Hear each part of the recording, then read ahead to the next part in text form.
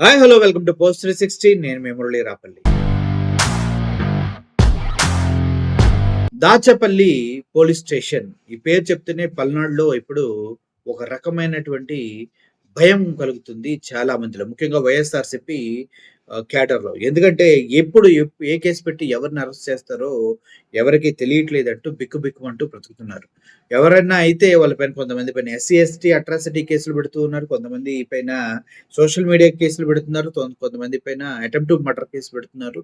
ఇలా వాళ్ళ ఇష్టానుసారంగా కేసులు పెడుతున్నారు. కూటమికి తొత్తులుగా మారిపోయి బిహేవ్ చేస్తున్నారంటూ వార్తలొస్తున్నాయి. వాస్తవాలా? అవాస్తవాలా? అని పక్కన పెడితే మాత్రం ఎవరిని అరెస్ట్ చేసినా గూడా పోలీస్ స్టేషన్‌లో నిర్బంధించడం మాత్రం దాచపల్లిలో జరుగుతూ ఉంది. వాళ్ళ పైన దాడి చేయటం కూడా జరుగుతుందనేది వాస్తవం. ఎందుకంటే కృష్ణవేణి గారు బయటకొచ్చి ఒక వైఎస్ఆర్‌సీపీ కార్యకర్త ఆవిడ కొన్ని పోస్టులు పెట్టారు. ఆ పోస్టులు గూడా నిజం చెప్పాలంటే తప్పుగానే పెట్టారు. మందకృష్ణ మాదిగ బయట తిన్నాడు కొన్ని రెచ్చగొట్టే విధంగా ఉన్నాయి. దానికి నేను సపోర్ట్ చేయట్లేదు.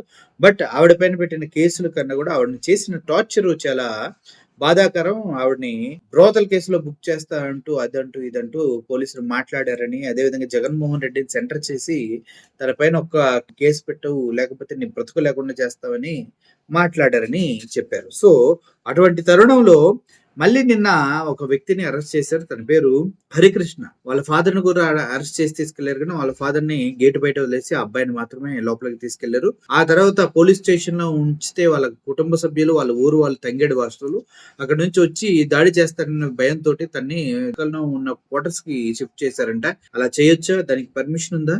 నాకు తెలిసి ఉండదు. కానీ వీళ్ళు చేశారు. ఆ తర్వాత ఆ కొడుకుని వీళ్ళు చంపేస్తారు, కస్టోడియల్ టార్చర్ చేస్తున్నారని కుటుంబ సభ్యులు పోలీస్ స్టేషన్ ముందు మందు తాగి చనిపోవడానికి ప్రయత్నించారు. అయితే ఊరు వాళ్ళంతా వారించి అతను ఎక్కడున్నాడో చూడటానికి వెళ్తే ఒక రూములో వేసి కొట్టిన తర్వాత అలా నిస్సహాయంగా పడిపోయినటువంటి వీడియోని ఒక విండోలోంచి చిత్రీకరించారు. ఒకసారి ఆ వీడియో చూడండి.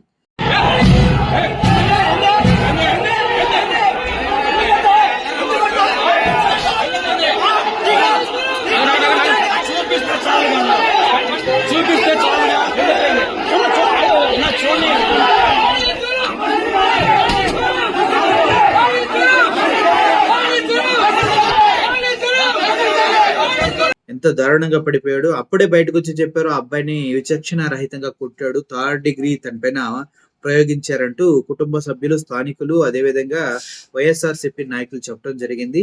అది నిజమా కాదా? నిజంగా కొట్టారా అంత దారుణంగా కాలు కొట్టారంటే అంత సీరియస్‌గా మేము కూడా రిపోర్ట్ చేయలేదు. బట్ కొన్ని వీడియోస్ చూస్తూ ఉంటే పోలీసులు ఎంత దారుణంగా కొట్టారో ఆ అబ్బాయిని మీరు క్లియర్‌గా గమనించొచ్చు. కుంటూ తను నడుస్తూ ఉన్నాడు. పోలీస్ స్టేషన్‌కి హ్యాపీగా నడుచుకుంటూ వెళ్ళిన వ్యక్తి అంటే హ్యాపీగా అంటే ఆనందంతో కాదు, 2 కాళ్ళతోటే నా ఉద్దేశం. నడుచుకుంటూ వెళ్ళిన వ్యక్తి ఇప్పుడు జడ్జి గారి ముందు ప్రవేశపెడతానికి తీసుకెళ్తూ ఉంటే ఎంత దారుణంగా కుంటుతూ ఉన్నాడో, అలా ఒళ్ళంతా కుల్లబొడి చేశారంట. ఇప్పుడే అందిన వార్త ఏంటంటే ఆ వ్యక్తిని చావు దాకా ఎళ్లి చూసొచ్చాడని వాళ్ళ కుటుంబ సభ్యులు చెప్తూ ఉన్నారు. నిజం చెప్పాలంటే పోలీసు దెబ్బలకి కనిపించవు. అదే విధంగా తన పైన చాలా దారుణంగా దాడి చేశారని చెప్తూ ఉన్నారు. నిజంగా చూడండి వీడియోస్ అవి.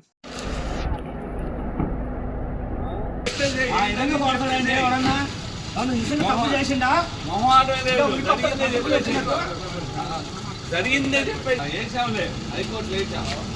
భయపడాల్సిన అవసరం ఏం లేదు. ప్యాంట్ ఇప్పుడు మేజితే ఏం కాదు.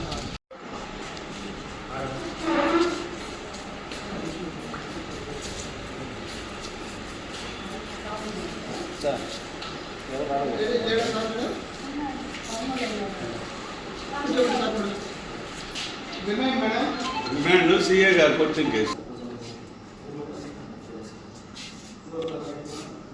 చూశారు కదా, వాళ్ళ కుటుంబ సభ్యులు వాళ్ళంతా రోధిస్తున్న తన పైన దాడి జరిగింది. ఇప్పుడు తప్పు చేసినప్పుడు అరెస్ట్ చేసి పెట్టాలి. కానీ కొట్టే హక్కు పోలీసులకు ఎవడిచ్చాడు?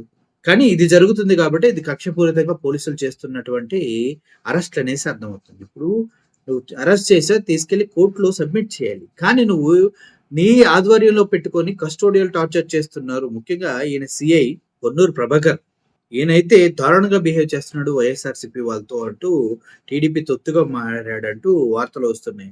తంగెడ వాసులు మాత్రం దీన్ని చాలా సీరియస్‌గా తీసుకున్నారు. రాబోయే రోజుల్లో నిజంగా పోలీసు వ్యవస్థ పైన నమ్మకాలు పోతున్నాయి అంటూ వాళ్ళు మాట్లాడుతూ ఉన్నారు.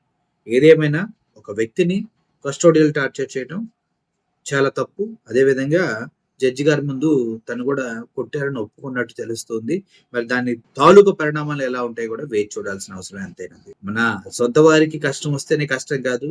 అలాగని వైఎస్ఆర్సీపీ పార్టీ నాయకుల్ని దాడి చేసిన ప్రతిసారి నాయకులు వస్తాం మాట్లాడటం వెళ్ళిపోవటమే జరుగుతుంది. ఇప్పుడు కాసు మహేశ్వర్ రెడ్డి ఉన్నారు, ఆయన వస్తారు వీళ్ళకి అండగా ఉంటా అంటారు, ఈయన ఎక్కడో ఉంటారు, అర్ధరాత్రి అరెస్టులు చేస్తున్నారు. అర్ధరాత్రి కాసు మహేశ్వర్ రెడ్డి హుటాహుటిన వచ్చేసే సిచ్యువేషన్ ఉండకపోవచ్చు కదా, కానీ వాళ్ళకి సెక్యూరిటీ ఏముంది ఎవరికైనా? ఆ సెక్యూరిటీ ప్రొవైడ్ చేయడంలో వైఎస్ఆర్సీపీ పార్టీ పూర్తి స్థాయిలో విఫలం అవుతుందేమో అనిపిస్తూ ఉంది. అంతేకాదు ఇప్పుడు జరుగుతున్న అనర్థాలపై కనీసం మాట్లాడలేకపోతూ ఉన్నారా, వారి గురించి ఫైట్ చేయలేకపోతున్నారా అనే విషయాలు ఆలోచించుకోవాలి. ఎంత ఫైట్ చేసినా ఇలా జరుగుతుందంటే అక్కడ వ్యవస్థలో లోపం ఉంది. ఆ వ్యవస్థలో లోపాన్ని ఎలా ప్రతిఘటించి గెలవాలనేది కూడా గమనించుకోవాల్సిన అవసరం ఎంతైనా ఉంది. సో ఇప్పుడున్న పరిస్థితులు మీరు క్లియర్ గా గమనించండి. అతన్ని పిచ్చ కొట్టుడు కొట్టారు, అందులో ఎటువంటి సందేహం లేదు. కొట్టే హక్కు పోలీసులకు లేదు. కొట్టారు కాబట్టే ఇది కస్టోడియల్ టార్చర్ లా మేము కూడా ఫీల్ అవుతూ ఉన్నాం. And at the same time ఇది కక్షపూరితమైన అరెస్ట్. ఎవరో చెప్పి ప్రేరేపించి చేయించారు కాబట్టి ఇలా కొట్టారని కూడా మేము అనుకుంటున్నాం. పొన్నూరు భాస్కర్ గారు ఆలోచించండి సార్. ఇప్పుడు మీరు అరెస్ట్ చేసి జడ్జి దగ్గరికి తీసుకెళ్ళటం తప్పేం కాదు, మేము దానికి 100% కరెక్ట్ అయి అంటాం. కానీ మీరు వ్యక్తుల్ని పోలీస్ స్టేషన్ లో పెట్టి టార్చర్ చేస్తూ ఉన్నారు కదా, అది మాత్రం 100% రాంగ్. ఇది కక్షపూరితంగా మీరు చేస్తున్నారంటానికి ఇది ఒక ఆధారం చాలు. Thank you for watching this video. Murali signing up. Thank you so much.